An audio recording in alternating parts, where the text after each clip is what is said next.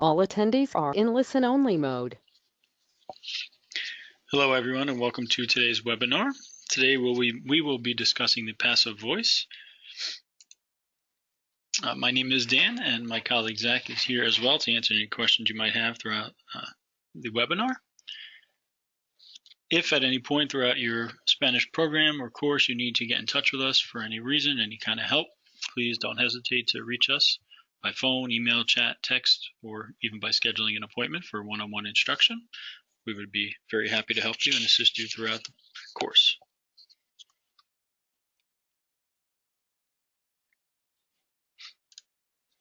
If there are any questions today, you may use the question box shown on your screen right now.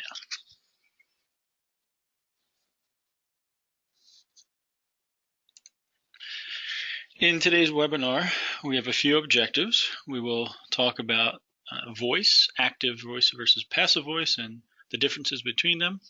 We're going to discuss the steps to form the passive voice.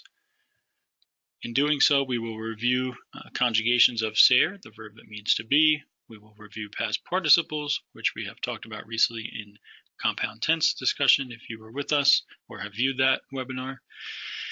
And we will discuss prepositional pronouns as well. And finally, we'll do some practice sentence formation with the passive voice.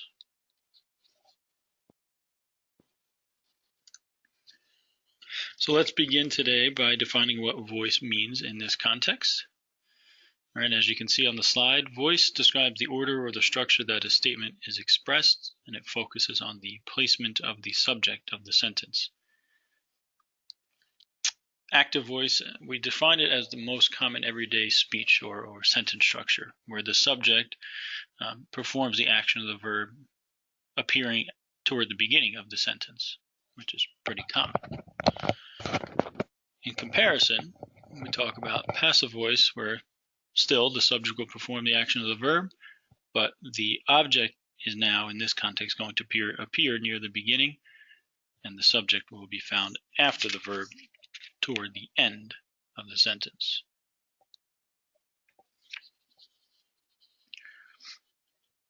So think active more common, passive a little less common, sort of the reverse of what active is, and we'll show you that as we go through here today. Okay, so here are some English examples, the first of which is followed by a Spanish example. We didn't provide a Spanish example for the second one because we will be breaking that down step by step through the 5 steps we mentioned earlier as the webinar goes on. So active, like we talked about on the previous slide, subject, the boy, performed the action of the verb, ate the object, the apple. And you can see the Spanish equivalent to that. This verb comió is in the preterite tense, implying that it happened once, wasn't ongoing, wasn't repeated.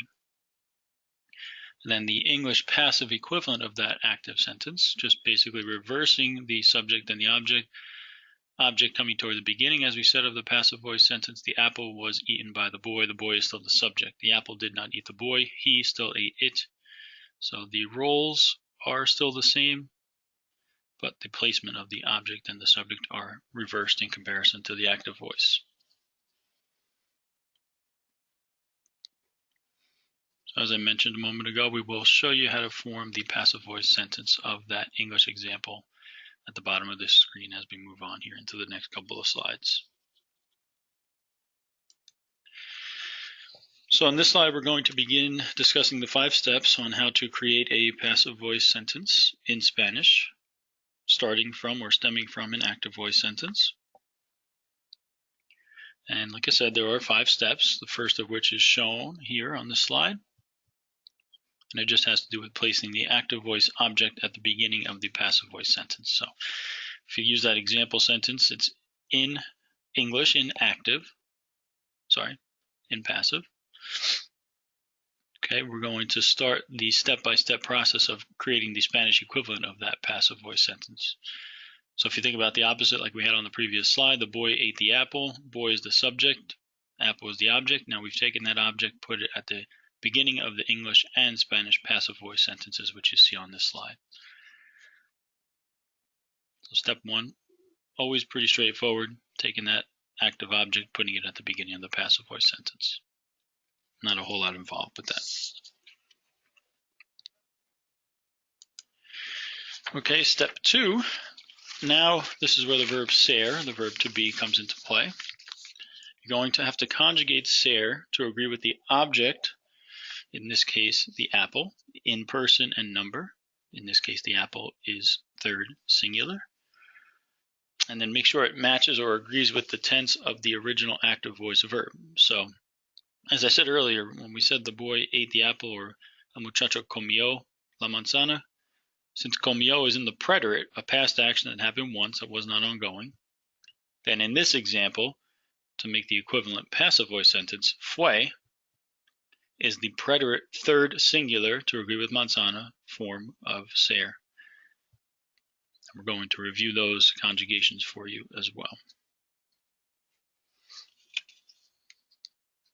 So step 2, conjugate ser, agrees with the object in person and number, third singular in this case, to agree with la manzana. If it happened to be las manzanas, then fue would become fueron to agree. And it has to be in the preterite, since was, in this case, is a preterite.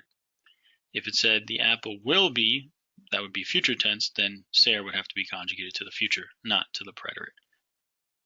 And we'll talk more about that as we go on.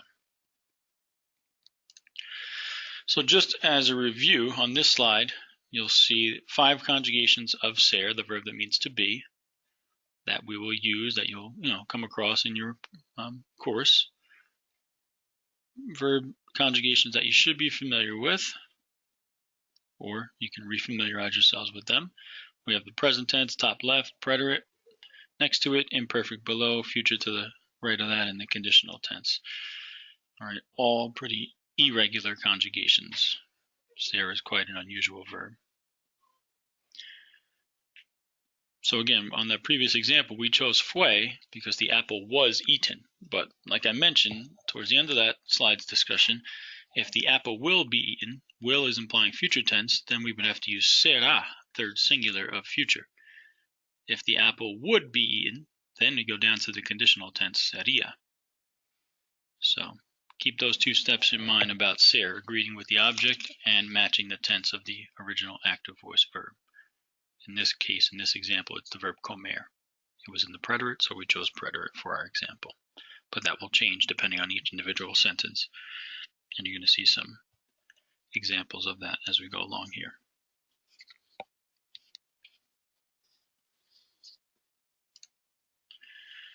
Okay, then step 3.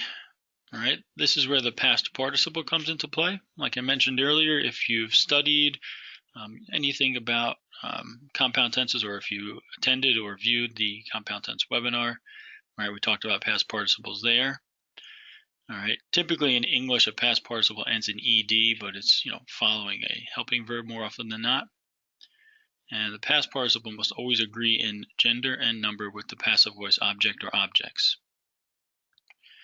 So to form a regular past participle, there are 2 steps, as you can see in the middle of this slide. Take the verb, drop the infinitive ending, the AR, the ER, the IR. And then for AR verbs, add the ADO. For ER, IR verbs, add IDO. So just for reference before we move forward, if you think about the verb comer, to form its past participle, which would be eaten, E-A-T-E-N, you would drop that ER, and since it's an ER verb, add the IDO.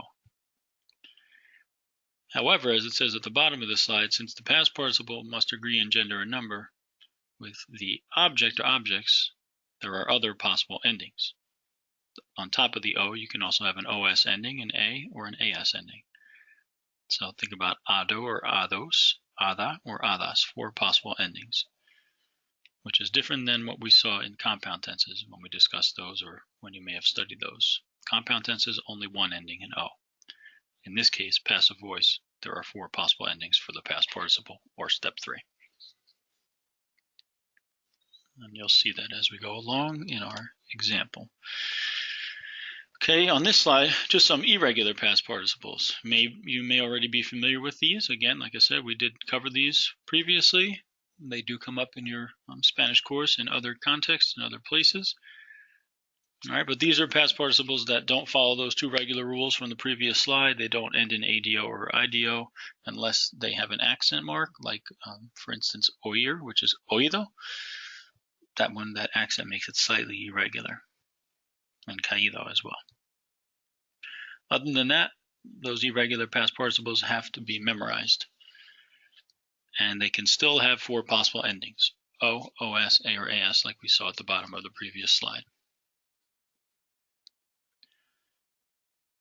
So for instance, with that verb abrir, there's no such word as abrido, A-B-R-I-D-O.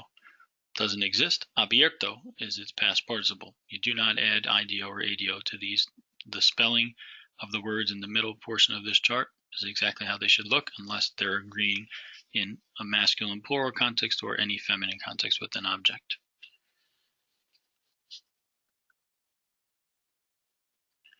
Okay, so a good list to be mindful of and keep handy. Okay, so we finally finished up talking about past participles, so here is our example sentence continued. Okay, since the apple was eaten by the boy, since the apple is feminine and singular ending in that A, that's highlighted. Comida, some of you might recognize that word as a noun, it means food, but as a past participle, it means eaten. So if it was eaten, one apple, feminine singular, comida agrees with manzana. Again, just for context, if we had made these more than one apple, if it was las manzanas, as I mentioned previously, fue would become fueron if we're still sticking with preterite tense, and then comida would have to become comidas to agree with las manzanas, all plural, all feminine. So as the number and gender of the object changes, so does the ending of the past participle, so does the person of the conjugation of ser, which was step 2.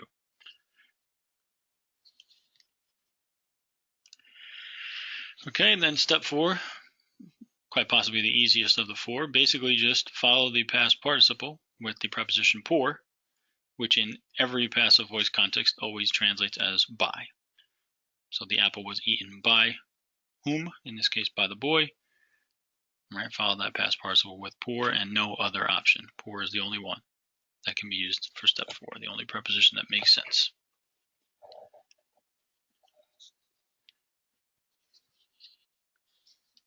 And then finally, step 5 is just going to be the opposite of step 1. The active voice subject is placed at the end of the passive voice sentence. So the boy, who is the subject in both active and passive, now that this is a passive sentence, he will be placed at the end of the sentence, but he is still the doer of the action.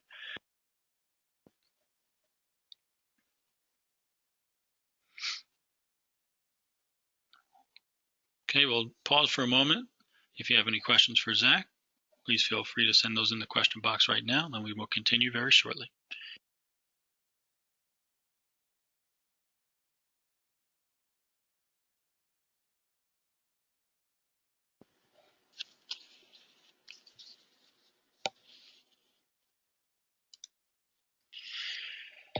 Okay, one thing that we did want to point out today is the use of a prepositional pronoun. Okay, as it says there, prepositional pronouns mostly resemble subject pronouns. However, there are some exceptions.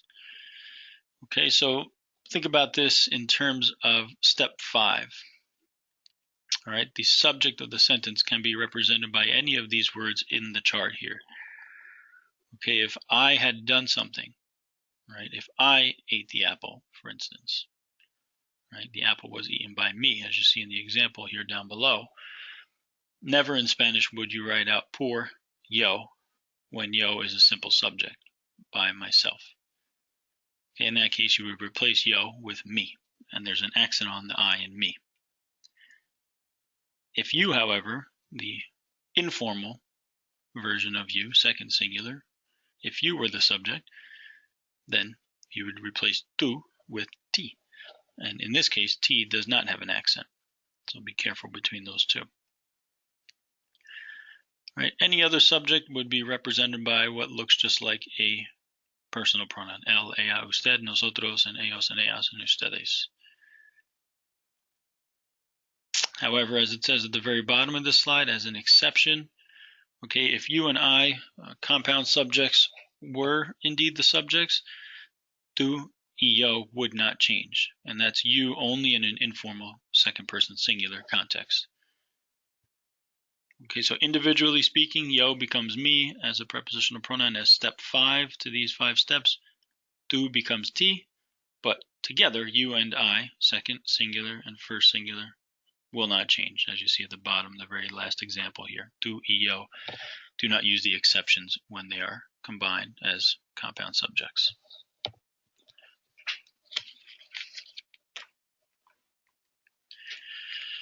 Okay, so this slide only applies to step 5 in this context, the passive voice.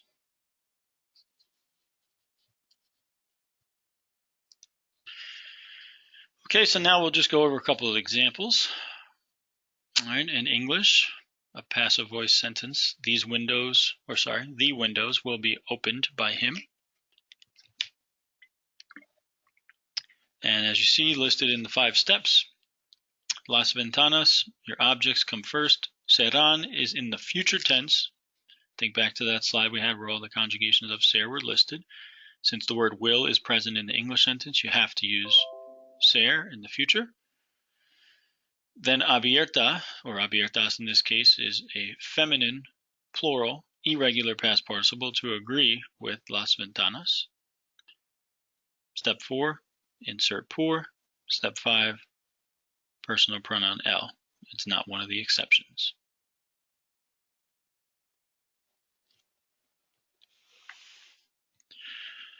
Okay, so there's one example. Here's a second. Change up our objects on gender. Okay, as it says there, reminder, the poem, or el poema in Spanish, is an irregular noun. So it might look a little unusual, but it is actually correct. Even though it ends in a, it's one of the few that is considered masculine, not feminine. And in this English example, would is present, so that indicates conditional tense.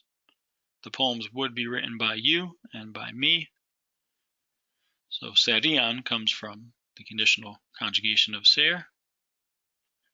Escritos is the irregular past participle of the verb to write, escribir. It has to agree with los poemas, a masculine plural noun. Step 4, insert por once again. And here's the case where the exceptions don't come into play. When you and I, second singular and first singular, are the compound objects, or subjects rather, then they do not change to me and ti. They stay as is.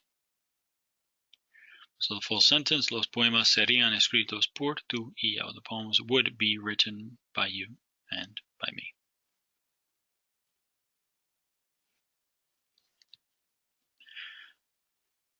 Okay, so there was a conditional example, and here is a present tense example. As soon as you see the word are, A-R-E, present in that sentence, you know that we're using present tense, not future, not conditional, neither are the past forms. Many games are won by us. Muchos partidos, third person plural, agrees with son, the present tense third plural form of ser. Step 2. Ganar is the verb to win in Spanish. It is regular, not irregular. And it agrees with muchos partidos. Notice both have the os ending. Step 4, insert por, and step 5, since we won many games, we are the subjects, nosotros is the pronoun to represent that, us.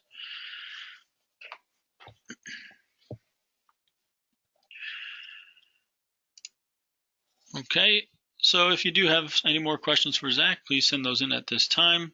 If you just have general questions, for us, any day you're working on your course, you can call us, you can email, chat, text, or set up an appointment like we mentioned earlier. And we'd be very happy to help you throughout your course to help you do your very best. Okay, we thank you for attending today and for your attention. And as always, we wish you buena suerte or good luck in your Spanish course. Have a great day.